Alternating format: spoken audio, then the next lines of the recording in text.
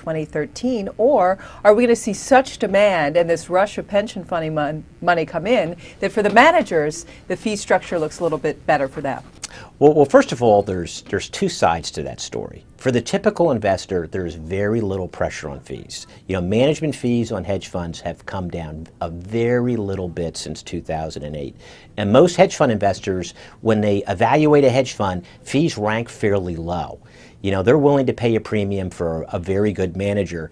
And if you're a very bad manager, you could give your services away for free and you are not going to attract money. The other side of the story is pension funds are negotiating fees and are paying lower fees than your average investor. But that's also what they do for long-only managers. You know, if a retail investor invests in a mutual fund, you're going to be paying a lot higher fee than a pension fund that would be investing with that same manager. I just want to jump in before we run out of time. How about retail investors themselves? You see the hedge fund community broadening out a little bit more this year, right?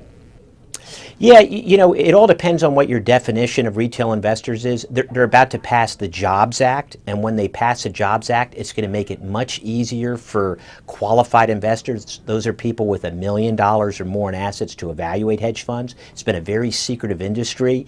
You know, you go to websites, they provide very little information. After that, it'll be much easier to identify who the hedge funds are and to compare managers across various strategies.